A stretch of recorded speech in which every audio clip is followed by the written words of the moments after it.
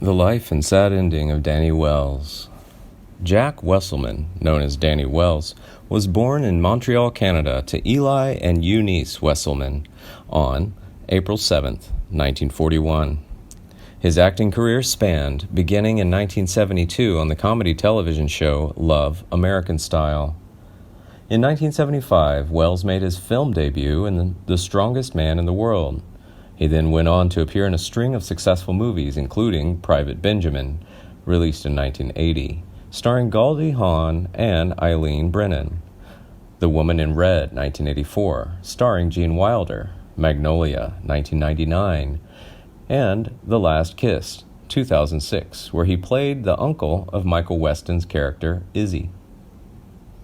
Over his prolific career, Wells did most of his work on television, starring or making guest appearances in more than 80 television shows and movies, including Sanford and Son, Chips, The A-Team, and The Fall Guy.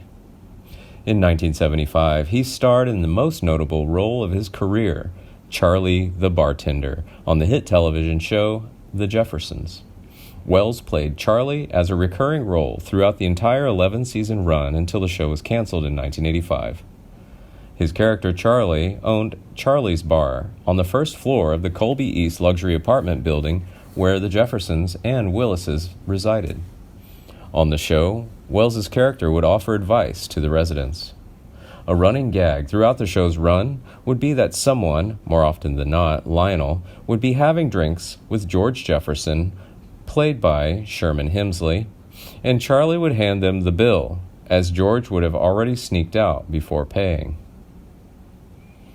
Cult fans of the 1970s television ads will remember him for his portrayal of the store manager for Kmart department stores. Wells began doing voice work in 1982 when he voiced the character of Stomper No. 1 in the Ralph Bakshi film Hey Good Looking. From there, he went on to voice numerous characters for film, television, and video games, including Descent 3 and Wizardry 8. His first television series was Heathcliff and the Cadillac Cats, 1984, which led to the film Heathcliff, the movie, in 1986.